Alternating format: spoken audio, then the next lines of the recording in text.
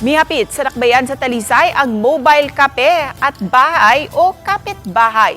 Isip kabahin sa paglibot nila sa tibuok nasod. Ano yung report ni Alan Domingo? Nihapit karon ang bus nga gihimong kapihan ug balay in one. Dili stationary kun dili mo biya kini tuyok sa tibuok Pilipinas ug nay panahona sa Sugbo sila mulibot. Sa sulod sa bus nahimutang ang mini coffee bar diin giproseso sa mga barista ang kape nga ilang iserve sa mga drop-in customer. Gipakita nila sa Balitang Bisdak ang proseso sa paggawa sa tatak Pinoy nga kape. Doon na usay mga tao nga namalit sa ilang baligya diin din higikuha usab ang ilang galastuhan apil na sa mga staff nga nag-uban-uban.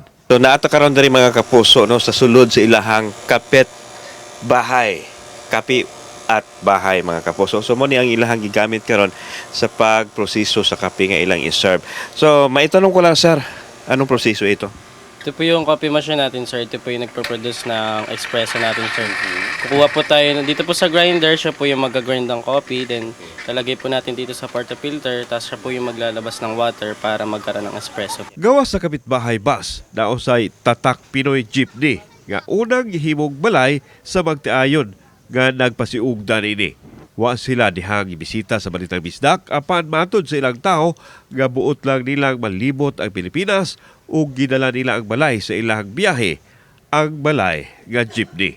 Napag-isipan nila mag-asawa, no? Na what if, kasi inspired sila sa mga foreign na mga camper vlogs and mga contents. So eventually sabi nila, what if, try naman natin na Philippine-inspired naman siya. Kauban si Godfrey Rillian, ako si Alan Domingo.